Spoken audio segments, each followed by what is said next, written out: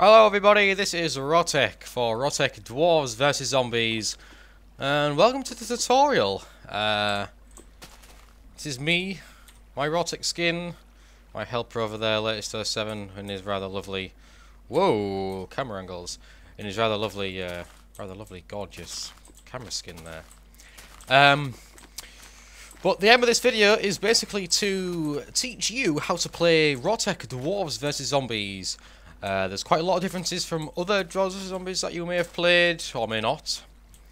The game really focuses on PvP rather than the building aspect of things, but we'll get to all that in a moment. So, let's get started with the tutorial. So you spawn in. You're in this lovely little room. Wow, where am I, you ask? Well, nobody knows. You need to wait until the administrator types /DVZ begin. Boom! Okay. And at this point, every single player on the server will be given a golden nugget. What you do with that is we have people joining the game. I'm sorry, no, if you're out there, if you're watching this video, I'm sorry. I'm sorry. My new automated system clearly has its flaws. But, okay, so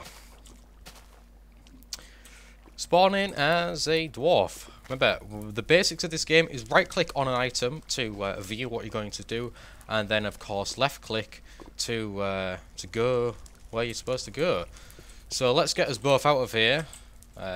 Both meaning me and Lit07. As we are both, we're both gonna teach you how to play this game. Okay, so you spawn in. This is the courtyard. This is the home or the base of operations in Dwarven land.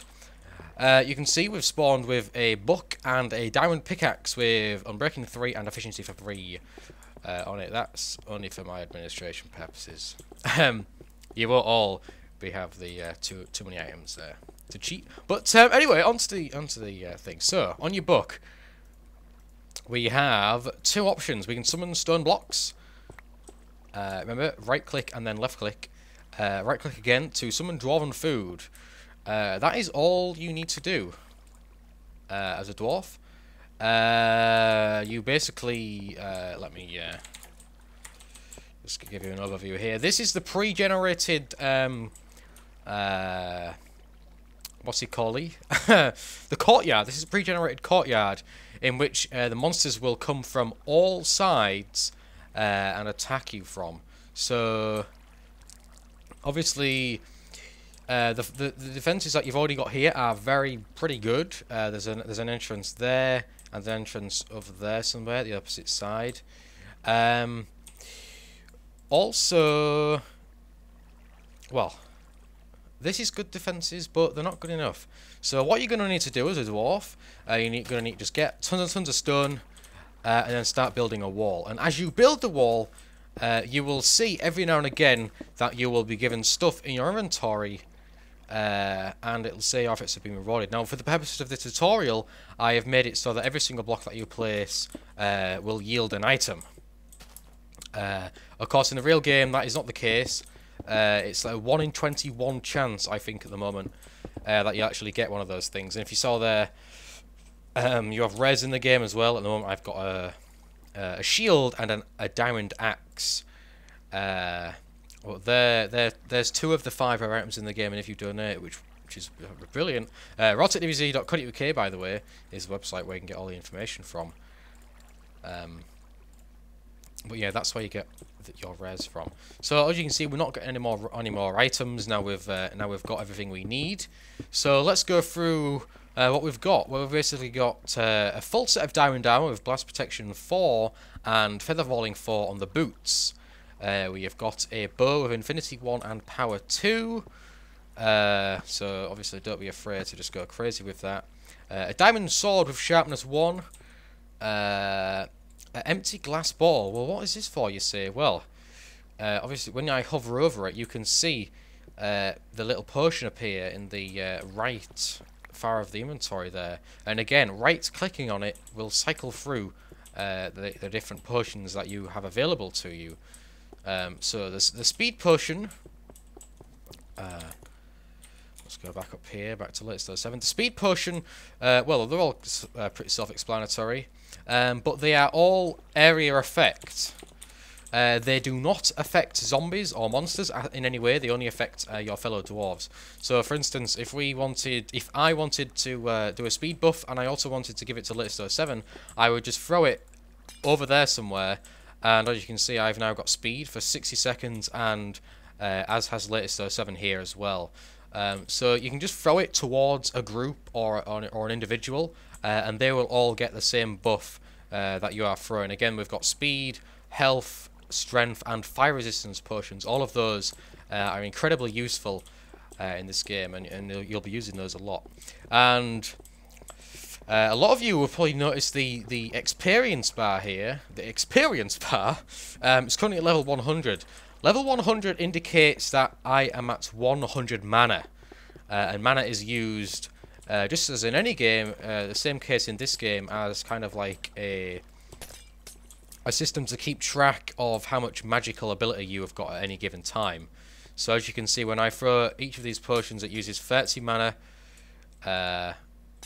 So there we go, that is that.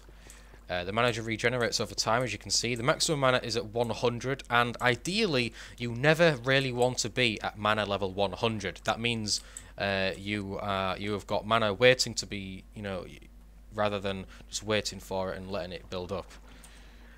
So let's go on to the rare items. Like I said, there's 5 rare items in the game. I've got 2 of them at the moment, but just for the purpose of the tutorial, I will spawn them all in. We have the healing totem, which is a new one, the water staff, and what else is the... Of course, we've got the turret. Okay, so these are the 5 rare items in the game, and they all cost mana to use. Let's go for the turret first. So the turret has got 4 modes. Again, right-clicking on it will cycle through the 4 modes. We've got rapid spread, slow concentrated, slow spread, and rapid concentrated. Those are the 4 modes of the turret that you can place down. And to place it, you simply point at an area and left-click. Now, this is probably not the best place to set one up, actually, because it's kind of getting glitched in the top there. There we go. So that's shooting arrows in the, what did we select? I think rapid concentrated arrangement. Again, you can see the mana ticking up there. Now, the sentry turret will continue to fire arrows until 100 arrows have been used. That is the same for whatever mode you select. So, obviously, it's 100 arrows all around. And if you do a slow turret, which fires them off more slowly, it also means that it will last longer because it is 100 arrows the same all around. Okay, the hoe now. By right-clicking on the hoe, you throw an ice block onto the ground. Now, it doesn't affect me in any way, but if you throw it at enemies... I think that's from my other account, actually, those arrows. That's weird. If you like throw it towards enemies, it will slow them down and greatly decrease their ability to move around. Moving laser 7 out the way. Oh, you can see him walking on the right side of the screen there. Okay, there we go. Left clicking will propel your enemies into the air with a geyser of water. I won't be able to show you this at the moment. But you simply left click towards an enemy. You see there's no target found in this case because I'm not really pointing at anybody. And you cannot target your friendly dwarves either. You can only target your enemies, as it were. But anyway, the regeneration totem is a new one. You left click on the ground and it will deploy a red wool. Well, you're saying, well, RawTech, what is so special about this red wool block? Well, I tell you, this is a regeneration totem, if you didn't know already. It basically gives everybody within a 5x5 radius, a 5x5 circle, if you like, or 5 radius for the mathematically minded people out there. It gives you a half a heart and half a hunger bar every 2 seconds. Now, the maximum amount of these you can place is 3. and your placement is quite critical because you can place them all in a very small area like this and get triple the amount of health and triple the amount of food, or you can spread them around the walls here to help your fellow dwarves in any way necessary. Again, if we try and place another one, we don't have enough mana at the moment, but if we try and place any more, it will not let us because we've already got 3 deployed. So the axe. The axe is one of my favourites. It is truly the best way to get out of a sticky situation. Let's get some food down. So yes, right-clicking on the axe will propel you forward, like that. You will not take fall damage when you land, so you can jump from insanely high heights, and it'll be completely safe. And of course, those of you who have played it for a very long time will know that if you jump, just as you right-click, you'll be slung, or flung rather, far, far, far away. And that is a really effective way of getting out of sticky situations. Again, all of this is using mana, and you can't use it infinitely, so you can use it like in short bursts, but not constantly, if you know what I mean. The shield. Left-clicking on the shield will give you a slowness 2, but will also give you a resistance buff. So it's pretty good to get out of when you're like in an area with lots of monsters about. You can just shield, and you know. This resistance will cancel, I think, 90% of all incoming damage. That is, of course, applied after your armor bonuses have been applied as well. So you literally become invulnerable to damage. Well, not quite, but you very nearly come invulnerable to damage at this point. So there are all the rare items, and that is pretty much what a dwarf entails of. So now we're gonna move on to what happens next. So basically, in Dwarves vs Zombies, you all start off as dwarves, and then you eventually turn into monsters, which is the role of the assassin. Now, you can sign up to be the assassin by typing /DVZ space assassin, and it will give you a confirmation you volunteered with the assassin. If you get chosen, you'll be notified. Basically, there you go. If you want to know who has signed up for the assassin, you can type /DVZ list. At the moment, it's just me, but of course, it'll show a big list of whoever has signed up to be the assassin there. When the moon, this is when the assassin actually gets released. When the moon reaches the highest point in the sky on the first night, that is when the assassin gets chosen. That gets sorted out at the moment. I'm going to put this in eventually, though, by me typing DVZ by DVZ start event. Now, as you can see, a huge box comes up on the screen. You've been selected as the assassin. You have 20 seconds to hide. You've been given some additional items to aid your assassination. These items are some protection 2 armor, not the blast protection anymore. Sharpness 6 sword and knockback 2 stone sword. As you can see there, assassin has been spotted. RawTech, kill them. You get 20 seconds to hide when you hide or make a getaway, or even begin attacking people when you get chosen. Where's the latest 7 gone? There he is. So the aim of the assassin is to kill as many dwarves as possible. This is obviously going to be very easy for latest 7. I should not be doing this.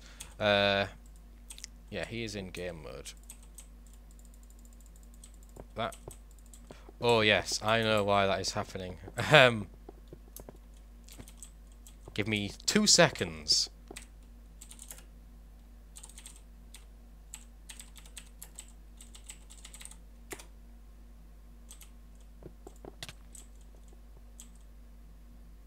Okay, we've got it fixed. We've got it fixed. Remember, this is a beta version that I'm currently running on at the moment, so there's going to be a few issues, but all those will be ironed out later on. So anyway, I'm the assassin. I will kill latest 7. Boom! Latest 7 was killed by RawTech the assassin. Just 1 dwarf remains. That still remains bugged. I don't know why that is. I think that's a limitation with Bucket. But he's dead, and I will kill myself now to simulate the assassin dying. Okay, so the assassin is died. Normally, what would come up on the screen is that the assassin has died, but he did not kill enough people, another one will be chosen. The reason that didn't come up is because another assassin has not applied, and there's only me. So there's no other assassins in the pool of potential people to choose from. And by the way, whenever you die, you'll be in this respawn room to spawn. And if you ever, for some reason, whatever reason, if you do not spawn with a golden nugget, simply jump in the lava. That'll kill you, and you will respawn with a golden nugget. That is a function, a feature that we have put there just as a failsafe for our existing systems that we've got set up for that. But anyway, when the assassin eventually kills enough people, I'm just going to have to do a bit of permissions hacking here. Bear with me. But when the assassin eventually kills enough people, everybody who is in the spawn area will have the ability to become a monster. As you can see at the moment, when I try and use my use the golden nugget, it says you need to wait till the assassin kills enough people to spawn as a monster. But we can, that's alright, we can get around that. So the assassin has now killed enough people, let me load, and we can now become a monster. Now we do that with monster class tokens, which are essentially spawn eggs. Now, just to keep things a bit easier here, I'm going to make a chest. A chest, I say. Full of all of the spawn eggs that we can get. So we've got a zombie, creeper, skeleton, zombie, ghast, I wish, pigman, cave spider, blaze, and wolf. I think that's all of them. We go through it again. Creeper, skeleton, zombie, zombie pigman, cave spider, blaze, wolf. Okay, that is all of them. I'm going to put these in a chest. Like that, just so we can keep track of what we have done already. Okay, so you get a zombie spawn egg 100% of the time. You spawn as a monster by simply left-clicking, and boom, you've been disguised as a zombie.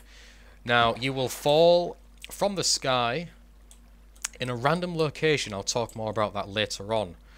But as you can see, as a zombie, I have spawned with a sword and a map. Sword with sharpness 2, and this is my strange armor arrangement here. And every single monster spawns with a ghast here and a compass. Again, we'll get to those later on. Now, the sword of a zombie has a very special ability. It has the ability to break dwarven stone.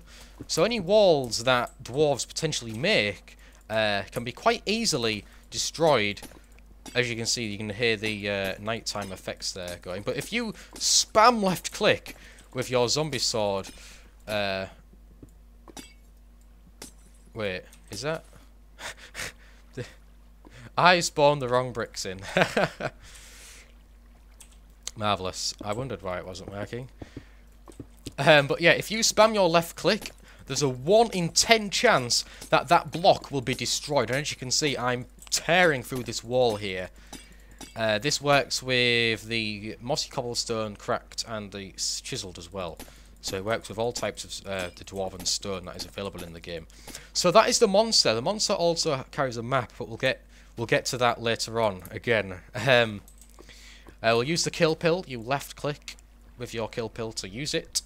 You will die. We'll sacrifice to the gods, and we spawn back in here. And again, we spawn with a zombie egg.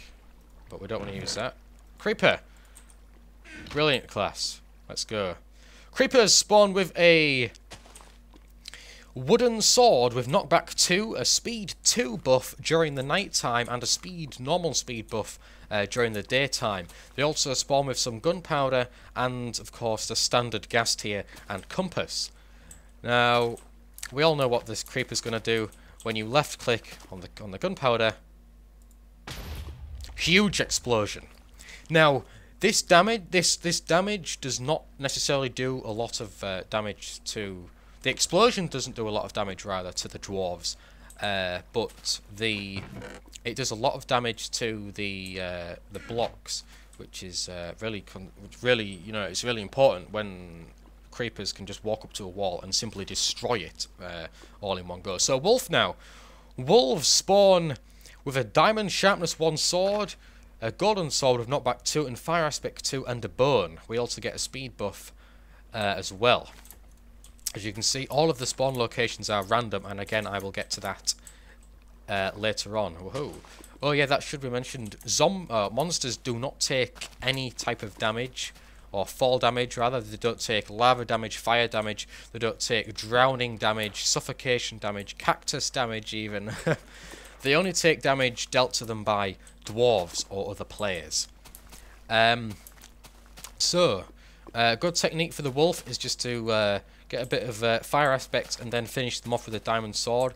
The bone, if you left click with the bone, you will spawn a pack of angry wolves who, when provoked by dwarves, will completely obliterate them.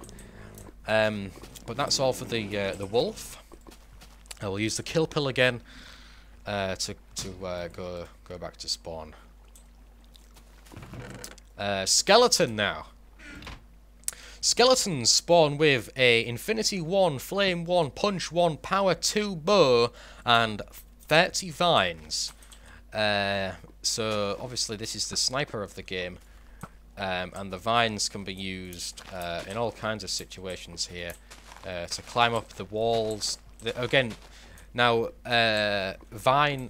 Skeletons and spiders are the only two monsters who get vines, so those are two very valuable classes in order to make it pretty easy to get over the walls that the dwarves will build. But anyway, that is the skeleton. Who else have we got next? I think it's the blaze up next. No, it's the spider. Again, like I said, the spider has 30 vines and a fermented spider eye. He also gets a jump bonus, or buff rather, as well as a speed buff. So as you can see, speed buff and jump boost 4. Now this goes brilliantly well with the fact that monsters do not take any fall damage, so you can bounce around as much as you like and you won't get hurt. Now the fermented spider eye is basically your tool of choice as a spider. What he does is it applies 1 of 4 effects to what am I talking about? To dwarves. You simply go up to a dwarf and spam left click on them. Again, it says you need to attack a dwarf for that to work. The 4 different attacks that it can possibly do. One is hunger, which will make the player's hunger decrease. One is poison, and we all know what poison is like. It's terrible. Another one is blind, so they'll only be able to see within a small radius of themselves. And the final one is dizzy, which basically makes you very, very sick.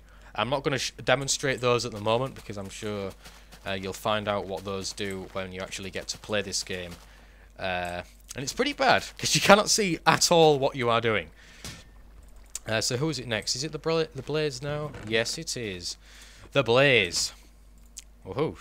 The Blaze has 1 weapon of choice, which is the Fire Charge. As you can see, he has tons and tons of buffs and debuffs. Slowness, haste, strength, and regen. The Blaze is basically a tank. He's very slow moving but insanely powerful. He can one-shot dwarves very, very, very easily, or maybe 2 or 3 hits just with his fists will kill a dwarf fully laden in diamond armor.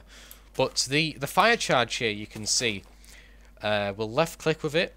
As you can see, the XP bar now ticking up. It's like a timer, and then it eventually will fire some gas balls and will set the whole place on fire.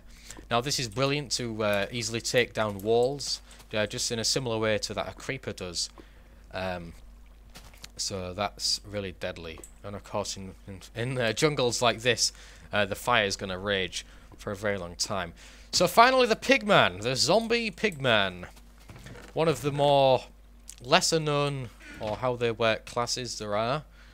Wow, we're spawned in the middle of an ocean here. Okay, we're near here again. Basically, you spawn with an iron axe and an eye of ender. I'm going to use my world edit powers to get up there. You won't be able to do that normally, just so we don't have to dig through or swim through there. Well, it should be noted that monsters cannot pick up any blocks, so you only get the tools available to you. You know, you only have the tools available to you when the ones that you get given.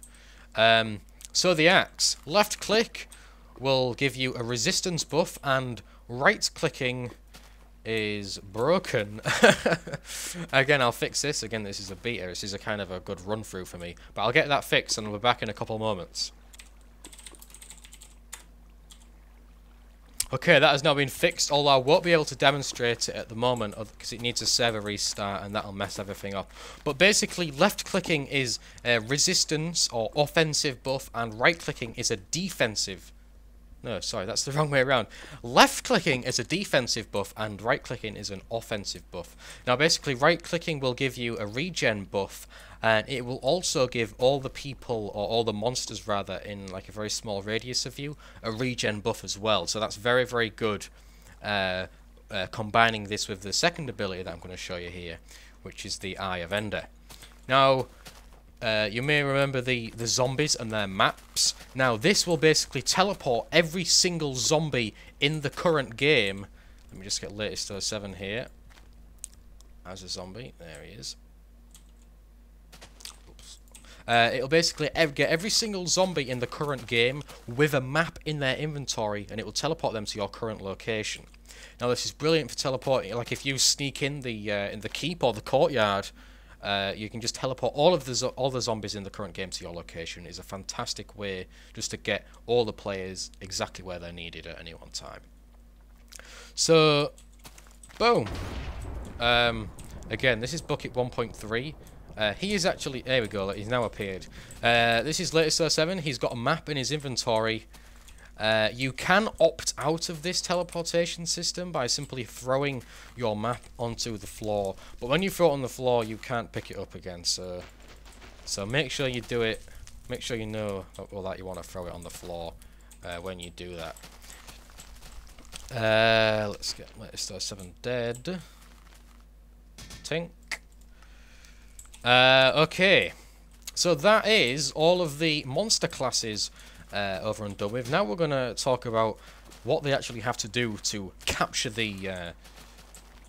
wow, I got a lot of eggs there. To capture the courtyard. So zombie, I'm going to be using zombie for most of this because he is the most useful. As you can see, we've spawned on top of this treetops, and... this is where you can see the map, so we want to opt out of the teleportation, so we'll throw it on the ground. The maps. The compass. The compass is your key to this game. It is your directional, navigational machine. As you can see, the compass is pointing directly to the courtyard here, which of course will not look like this in the game. It will have many, many forward walls all the way around it. That's why it's very, very important to completely surround this with as many walls as possible, because monsters come from any direction they choose from.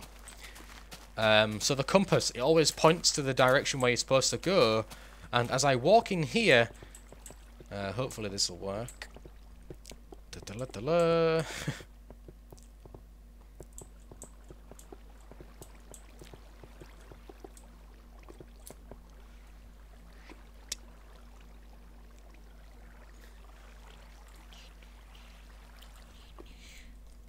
Sorry about that. As I walk in here, we get to the stage where there's not going to be many dwarves around here anymore, because there's quite a few of them going to be dead. But let's get latest 07 in here as well. I'm just going to teleport in over to RawTech just for the cheaty thing. Okay, so there's now two monsters in here now. Hopefully I remember to set this up properly. Again, this is I've custom configured this for the purposes of the tutorial, so it doesn't take as long. Oh dear. Hold on a second. Okay, so that's been all fixed. It'll be fixed to the obviously what happened when the actual game happens, because it's all been done. Okay, so I need to get out of game mode for a start. Me and latest 7 here are gonna go and try and capture this place. So, whoa, there we go. We've entered the place. The monsters have breached the courtyard. You can now warp to the shrine. You referring to dwarves, I should probably change that. So the dwarves could not previously warp to the shrine, but now they can. So if we quickly go back, again, you will not normally have access to this, but if I quickly make myself a dwarf, and we get the book, you can see now we have summon dwarven food, summon stone blocks, and warp to shrine, the new option. So now that we can warp to the shrine, this place, we're going to abandon it. And we're just going to leave it for the monsters to take. So I'm going to warp to the shrine. Okay, here we go. So again, this shrine is now completely unprotected. So I'm going to go all the way down these stairs here. Again, you will have feather falling boots on when you do this, so you'll be able to take a couple more risks than I am being here.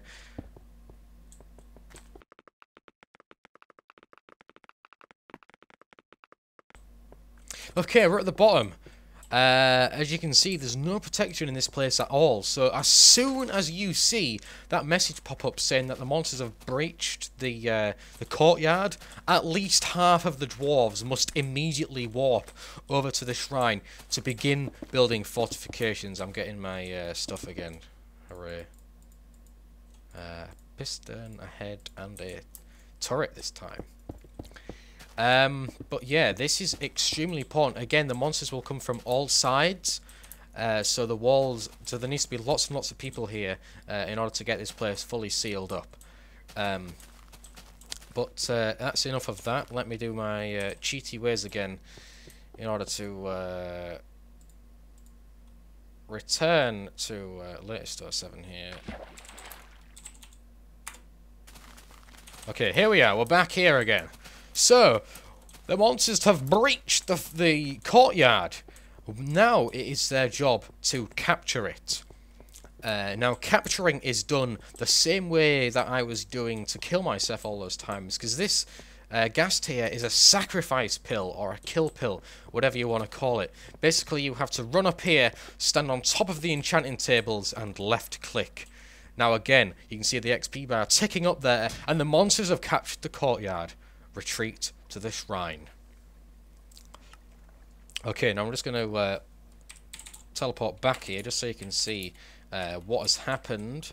Now, at this point, the entire place has just been completely obliterated, as you can see, and it all looks all messy. But that is the consequence of it being captured by the monsters. So now, the courtyard's been taken. Now, the only thing left for the monsters to do is capture the shrine. Again, I'm going to warp over here. We've now spawned in a different location. And you get out of game mode. And again, our compass will point towards the shrine. This is extremely important. Your compass is extremely important in this game. And you may also notice that we now spawn with blocks.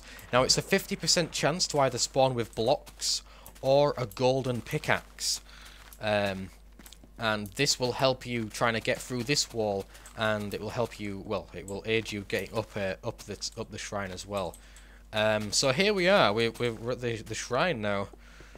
And so obviously, now the monsters have blocks, it just shows you how important it is that courtyard stays in the dwarves' possession for as long as possible. Because as soon as the monsters get blocks and picks, the game ends relatively quickly. Again, that capture is not always 100% chance. Just for the purposes of this tutorial, I've changed it to 100%, but normally it's a 1 in 7%, 1 in 7 chance rather, that you will be able to capture that. So we'll capture this place. Again, you'll see the XP bar ticking away there. And boom, the monsters have captured the lower shrine. RawTech was sacrificed to the gods.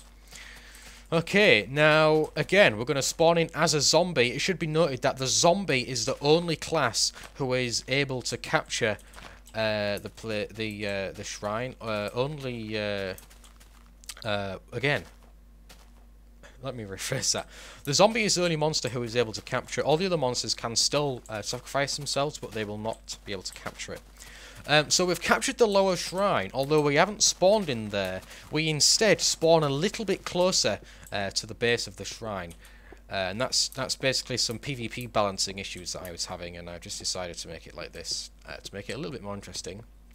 So now we need to work our way up, and this is where the blocks come in handy. This thing here, we need to place the blocks down in order to progress.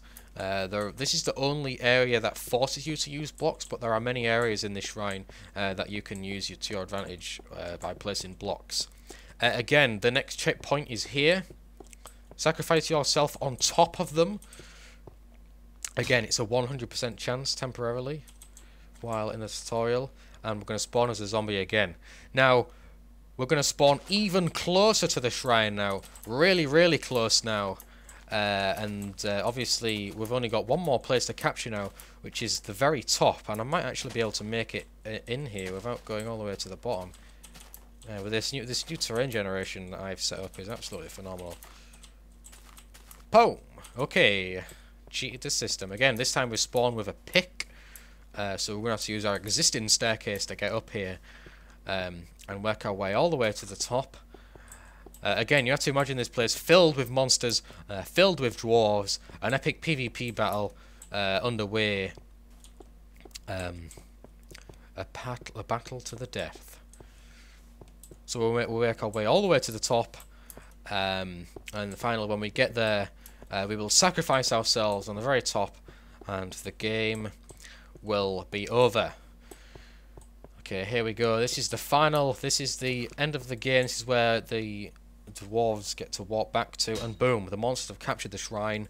The game is over. So there it is. That's Dwarves vs Zombies.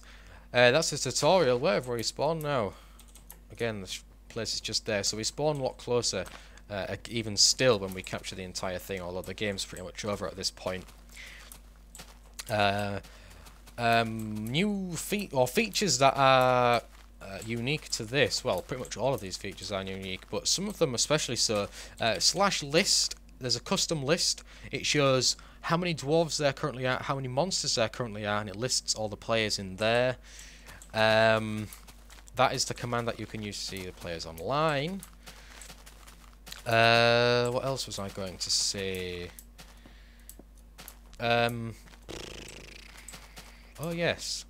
Everything that you've seen me do in this video, like transmuting with the book as a dwarf, sacrificing myself, capturing the various locations, placing blocks, killing players, all of that is logged in a statistic format, and the statistics for all of your doings are available on the website rawtechdvz.co.uk/stats. That's where you go to view your statistics, and everybody else's statistics for that matter.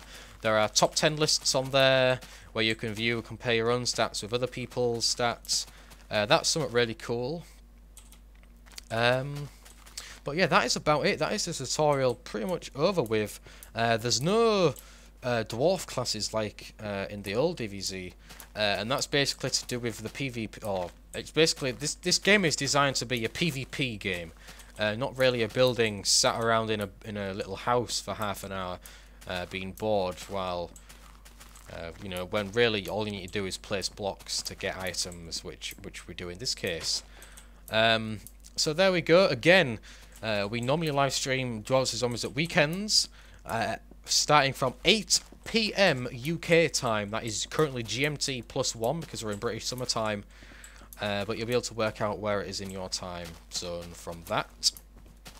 The live stream itself is twitch.tv/RawTech. All of these links, by the way, will be in the video description, so make sure you check all of those out. And we'll see you in a game. Goodbye.